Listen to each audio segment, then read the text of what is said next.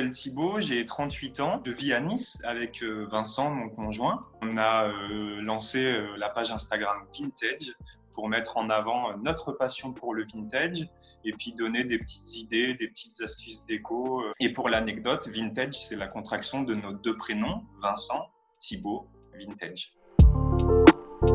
On va dire que je chine depuis une dizaine d'années. J'ai baigné dans un environnement très moderne. Donc, j'ai évolué avec des parents qui étaient très modernes, qui écoutaient de la musique moderne. On habitait une maison moderne pour l'époque, donc je n'avais pas vraiment cette culture du vintage.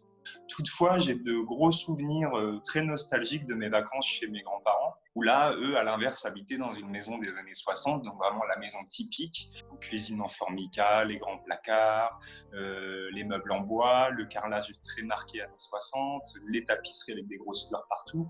Et c'est vraiment ce côté nostalgique que j'ai essayé de retrouver en commençant à chiner. Donc en fait, il y a une dizaine d'années, j'ai dû meubler mon appartement. Pour moi, l'idée de chiner et d'acheter des meubles d'occasion, c'était vraiment une évidence. Donc c'est là que tout a commencé. Donc ça a commencé par une table en formica, une chaise, deux chaises pour aller avec, un petit bureau années 70, un petit chevet Itier pour mettre dans ma chambre. De fil en aiguille, le reste était une évidence en tout cas de continuer à meubler l'appartement toujours dans ce même esprit et avec cette note de nostalgie. Et puis Vincent, qui est venu me rejoindre il y a quelques années maintenant, a aussi lui de son côté cette passion pour le vintage. Nous, on est des chineurs très citadins, puisqu'on habite en plein centre-ville de Nice. On n'a pas de voiture, donc c'est vraiment la Chine moderne, la Chine virtuelle aussi beaucoup. Donc si on parle de vide-grenier, on en fait sur Nice. Donc il y en a quelques-uns, notamment le vide-grenier du port. Donc ce vide-grenier, il est fabuleux parce qu'en fait, tu as cette succession d'étalages le long du port. Et donc, tu vois tous les bibelots un peu poussiéreux. En arrière-plan, tu as les gros yachts de milliardaires. Donc, le contraste est assez sympa. Pour le reste, après, beaucoup le Bon Coin. Les brocantes en ligne.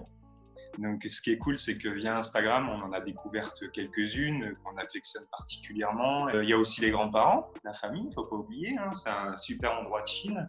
Vincent a très récemment récupéré pas mal de choses de ses grands-parents. Donc, ça, c'est super parce que pour le côté affectif, voilà, ce sont des objets dont on connaît l'histoire. Et pareil, des objets qu'on utilise au quotidien. Donc, c'est pas juste là pour la déco, c'est vraiment, ça fait partie de notre vie. Donc. On chine toujours en duo, parce que vintage, c'est avant tout un duo, donc on fait ça ensemble. On est sur la même longueur d'onde, donc on aime à peu près les mêmes choses, même si on a des périodes un petit peu attitrées à chacun. Mais en tout cas, on a un super duo pour ça parce qu'on s'entend bien. On chine vraiment de tout, puisqu'on va dire que 90% de notre appartement est vraiment meublé de Chine. On se calme un petit peu sur les meubles, parce que bon, comme tout fan de Chine, à un moment donné, les meubles, c'est super sympa, mais bon, on commence à manquer un peu de place.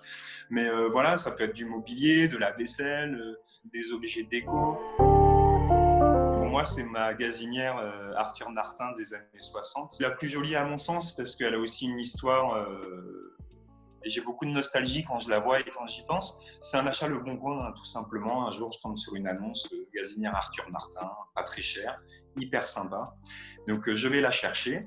Et là, une petite mamie m'accueille, très mignonne. Elle m'expliquait que c'est la gazinière qu'elle avait toujours eue. Donc, ça faisait une cinquantaine d'années qu'elle l'avait.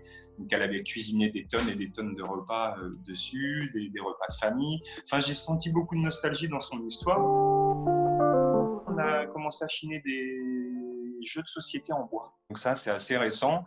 On n'en a pas beaucoup pour l'instant, mais on a fait une petite mise en scène dans le couloir où on a peint un cadre de couleur terracotta et on a commencé à les disposer pour les mettre un petit peu en valeur. Ne pas hésiter à être assez imaginatif et inventif.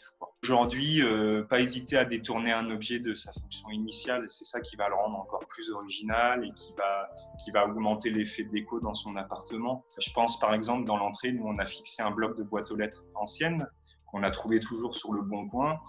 L'idée c'est qu'on l'utilise en vide-poche. Donc tu rentres chez toi, tu poses tes clés, tes lunettes de soleil, tu as les petites boîtes, c'est hyper sympa. Tu récupères ton masque, parce qu'en ce moment, indispensable pour sortir. En fait, c'est ça mon conseil, c'est surtout pas hésiter à sortir chaque meuble de sa fonction initiale.